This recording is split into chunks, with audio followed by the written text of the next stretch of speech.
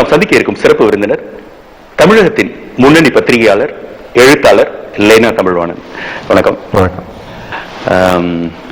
அந்த உங்களுடைய பெயரினுடைய பின்பகுதி தமிழகத்தையே ஒரு ஆட்டி படைத்த, தமிழக வாசகர்களை எங்க வைத்த ஒரு பெயர் தமிழ்வாணன் அப்படிங்கிறது.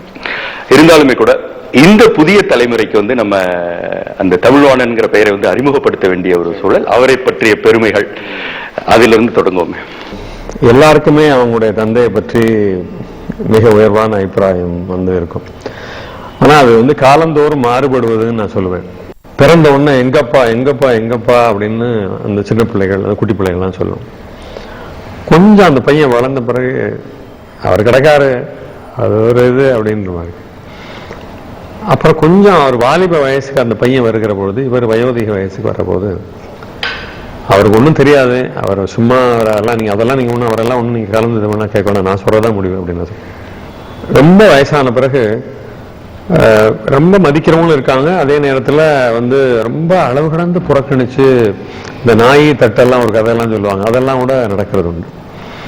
ஆனால் அவர் மறைந்த பிறகு அவர் தான் தெய்வம், அவர் தான் எல்லாம் அப்படின்ற மாதிரி தந்தையை பற்றி ஒவ்வொரு மகனுக்கும் காலந்தோறும், சொல்ற பெரும்பான்மையான பிள்ளைகளுக்கு காலந்தோறும் கருத்து வேறுபாடு. என்ன பொறுத்தளவில் ஒரு மாறாத ஒரு உயர்ந்த அபிப்பிராயம் அவர் மேல வந்து எனக்கு இள வயதுல நான் அவரோட பழக நேர்ந்ததில்லை. அது என்ன ஒரு பழக நேர்ந்ததில்லை அப்படின்னா, நான் வந்து எங்க பெரிய தாயார் இடத்துல வளர்ந்தேன். அவர் சென்னையில இருந்தார். எங்க பெரிய தாயாருக்கு குழந்தை இல்லைங்கிறதுனால என்னை எடுத்து வளர்த்தாங்க. இப்ப தமிழ்வாணன் அப்பா அதெல்லாம் சொல்லுவாங்களே தவிர எனக்கு தெரிஞ்சாலும் பெரியப்பா பெரியம்மா தான் என்னுடைய உலகம். அப்ப ஒரு கட்டத்துல நான் சென்னைக்கு வர்றேன். வந்த பிறகு அங்க வந்து இருக்கிற நேரத்துக்கு போது அப்பா பத்தி ஒரு அண்ணாந்து பாக்குற ஒரு அபிப்பிராயம் தான் வருதே தவிர ஒரு நெருக்கம் இல்ல, ஒரு மரியாதை, ஒரு பயம் தான். என்ன வயது இருக்கும்?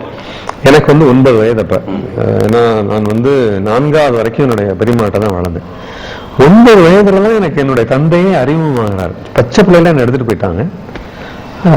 அப்போ ஒரு அண்ணாந்து பாக்குறாரு.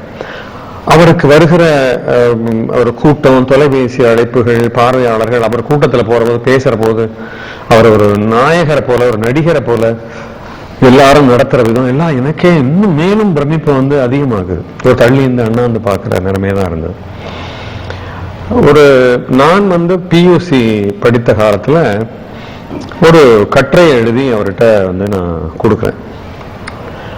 அப்பதான் வந்து ஒரு ஏமாற்றத்துக்கும் அதிர்ச்சிக்கும் ஆளாகிற மாதிரி இந்த கட்டுரை வாங்கி ஒரு தூக்கி போட்டார். அப்படியே எனக்கு அப்படியே அதிர்ச்சி ஆயிடுச்சு. அது மகனே ஒரு பிரமாதமான ஒரு படத்தை கொண்டாந்து தந்துட்ட, படிக்கிறதுக்கு முன்னாடி இல்லை, படிச்சாலோ இல்லை படிக்காமலோ ஏதோ எழுதி கொண்டாந்து தந்ததுக்கு ஏதோ ஒரு இது, அவன் எழுதிட்டியா அப்படின்னா சந்தோஷப்படுவார்னு பார்த்தா தூக்கி போட்டார்.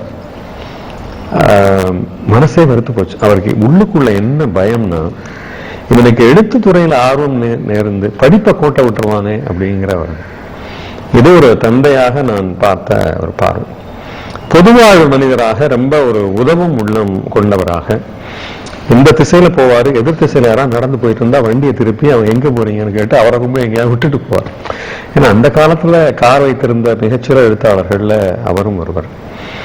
அதே மாதிரி உறவினர்களுக்கு, நண்பர்களுக்கு எடுத்து கொடுப்பதுல பர்ஸ்ல பெரும் மனக்காரர் இல்லை அவரு. ஆனா அது எடுத்து கொடுப்பதா எண்ணவே மாட்டார், அப்படியே எடுத்து டக்குன்னு கொடுத்துருவார். அந்த மாதிரி ஒரு உதவும் உள்ள துணிவு. எந்த கூட்டத்துக்கு அவர் போயிட்டு வந்தாலும் என்ன சண்டை எடுத்துட்டு வர்றாரோ அப்படிங்கிற ஒரு பயம் ஏற்படும். ஏன்னா துணிச்சலா ஏதாவது மேடையில வந்து சொல்லிடுவார். அப்படிப்பட்ட துணிச்சலான மனிதராக, மனிதாபிமானமிக்க மனிதராக, ஒரு பெரிய நாயகராக பல கோணங்கள்ல நான் வந்து அவரை பார்த்து. இப்ப ஒரு எழுத்தாளராக காலகாலமாக தெரியும், நிறைய கூட்டங்களை போய் பேசுவார்னு சொன்னீங்க. என்ன மாதிரியான விஷயங்கள் அதிகம் பேசுவார்? அவருக்கு பெரும்பாலும் வந்து ஆன்மீகத்துல வந்து ரொம்ப நாட்டம். சன்மார்க்க சங்கத்துல, வள்ளலாருடைய சன்மார்க்க சங்கத்துல ரொம்ப ஈடுபாடா இருந்து அந்த ஆன்மீகம் பேசுவார். ரொம்ப இலக்கியம் போயிட மாட்டார். பொதுவாக அவருடைய சமுதாய உணர்வு வந்து நிறைய சமுதாய அவலங்களை ஒரு நகைச்சுவை கலந்த ஒரு இழையோடுகிற ஒரு புன்னகையோட அதை வந்து ஒரு கேலியாகவோ கண்டிக்கிற விதமாகவோ அது பேசுகிற இதுவாக தான் இருக்கும். அப்புறம் எழுத்தாளர்கள் சார்ந்த கூட்டங்கள், நூல் விமர்சனங்கள், அப்புறம் ஒருத்தருக்கு நடக்கிற பாராட்டு விழா, இந்த மாதிரி கூட்டங்கள் ஆனால் தேர்ந்தெடுத்து தான் ஒப்புக்கொள்வார். எனக்கு தொழில் வந்து மேடை அல்ல, எழுத்துதான் களம் அப்படிங்கிறதுல ரொம்ப தெளிவா இருந்தாரு. தேர்ந்தெடுத்து பேசினாலும் அப்படி விழா நோக, கண்ணில் தண்ணீர் வர, வயிறு வலிக்கன்னு சொல்லுவாங்கல்ல, ஒரு மிகைப்படுத்தல் இல்லாத உண்மை அவருடைய. நான் ஒரு கடைசி வரிசையில உட்கார்ந்து அவர் கொட்டி முழக்கிறதெல்லாம் அப்படி ரசிச்சு பார்ப்பேன். நான் நல்ல பேச்சாளர். இப்ப தமிழ்வாணன் அவர்களை பொறுத்தவரையிலும் அவருடைய எழுத்த ரெண்டு வகையா, ஒண்ணு வந்து கட்டுரைகள், ஆமா, இன்னொன்னு கதை. ஆமா, இந்த ரெண்டு, முதல்ல கட்டுரைகள் பற்றி பேசுவோம். அதாவது இன்றைக்கு 40களையும் 50களையும் இருக்கிறவர்களுக்கு பெரும்பாலும் தமிழ்வாணனுடைய தாக்கம், இன்ஃப்ளூயன்ஸ் வந்து இல்லாம இருக்காதுன்னு நான் பார்த்த வரைக்கும் என்னுடைய அனுபவம் சொல்லுது. முதல்ல வந்து இந்த பிள்ளைகளுக்கு அவர்களை ஈர்ப்பதற்கு ஒரு முட்டாயை காமிச்சு அதுக்கு பிறகு வந்து ஒரு கதை சொல்ற மாதிரி, முதலில் அவர்களை ஈர்ப்பதற்கு இந்த கதை வடிவில தான் வந்து தன்னுடைய வாழ்க்கையை துவங்குறார். சங்கர்லால் சிறு சிறு கதைகளாக தன்னுடைய வாழ்க்கையை ஆரம்பிக்கிறார். அவர்கள் சிறுவர்களாக இருந்து வாலிபர்களாக மாறுகிற பட்சத்தில் அவர்களுக்கு என்ன தேவை? கதைகள் இப்ப தேவையில்லை. ஆனா பெருங்கூட்டம் தனக்கு பின்னால் இருக்கு, அவரை வழிநடத்தி செல்ல வேண்டிய பொறுப்பு வந்து தங்களுக்கு இருக்கு அப்படிங்கறத உணர்ந்து உடனே வந்து ஒரு வாழ் முன்னேற்ற சிந்தனைகளாக அதை வந்து மாற்றார். துணிவு, தன்னம்பிக்கை, தாழ்வு மனப்பான்மை விரட்டுறது அப்படின்னு சொல்லி இந்த மனித பலவீனங்களை எல்லாம் எப்படி வென்று வெளிவருவது என்கிற ஒரு கோணத்தை வந்து அவர் சொல்ல ஆரம்பிக்கிறார். அப்ப இவர் பின்னால இருக்கவங்க எல்லாம் இதுதான் இன்றைய தேவை என்பதை புரிந்து கொண்டு அதை வந்து நல்ல வரவேற்கிறாங்க.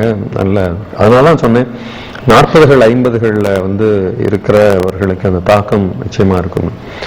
பம்பாயில வந்து ஒரு பெரிய மில் அதிபரை சந்திச்ச தமிழர். அவர் வெகு காலத்துக்கு முன்னாடி இங்க சிரமப்பட்டவர், ஆனா அங்க போய் இப்ப நல்ல நிலையில இருக்கார்.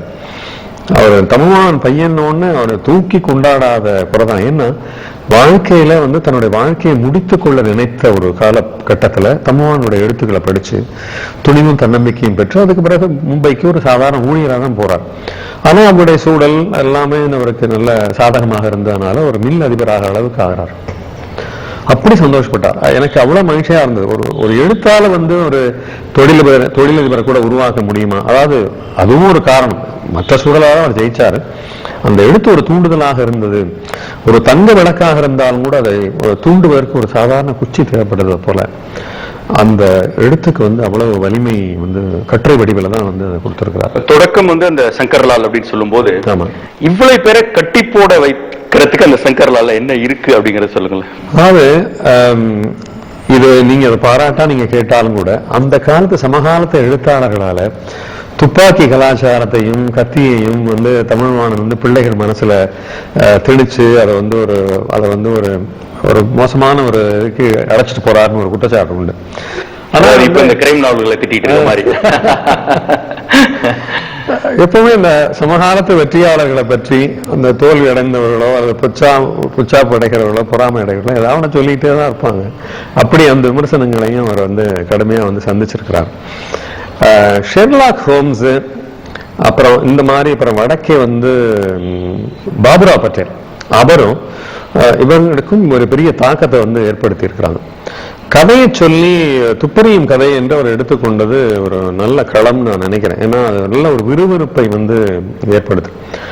பல வாசகர்கள் சொல்லியிருக்கிறாங்க என்கிட்ட, அந்த கடையில வந்து அந்த கல்கண்டு வந்து இறங்குற வரைக்குமோ அல்லது ரயில் நிலையத்துல வந்து அதை பார்சலை பிரிக்கிற அளவுலயோ வந்து நின்று அப்பவே வாங்கிட்டு போவோம் அப்படிங்கிற அளவுக்கு அது அவர்கள் மக்களுக்கு உள்ளுக்குள்ள அந்த வயசுக்கு என்ன தேவை, எதை கொடுத்தா அந்த இளம் பிள்ளைகளை ஈர்க்கலாங்கிறது ஒரு தெரிஞ்சிருக்கு. அதுக்கு கதையத்தான் ஒரு வடிவமா ஆயுதமா எடுத்திருக்காரு. ஆனா அந்த பயப்படுற அளவுக்கு அந்த கதைகள்ல வந்து மாணவர்களும் இளைஞர்களும் கெடுக்கிற விஷயங்கள் இல்லை. எப்பவுமே விரசமே அவருடைய முழு வாழ்க்கையிலையும் வந்து விரசம் என்பதை வந்து அவர் தொட்டதே கிடையாது. அந்த அளவுல அவருக்கு ஒரு நல்ல பேர் உண்டு. ஆனா எப்பவுமே இலக்கியவாதிகள் இந்த துப்பறியும் கதைகளையும் அந்த ரத்தம், சத, பிண்டம் அதெல்லாம் வந்து அவங்க எப்பவுமே ஏற்றுக்கொள்வதே இல்லை. ஆனா அதுவும் ஒரு இலக்கியத்தினுடைய அங்கதான். அப்படி பார்த்தா வடக்கே இருக்கிற எத்தனையோ அல்லது மேல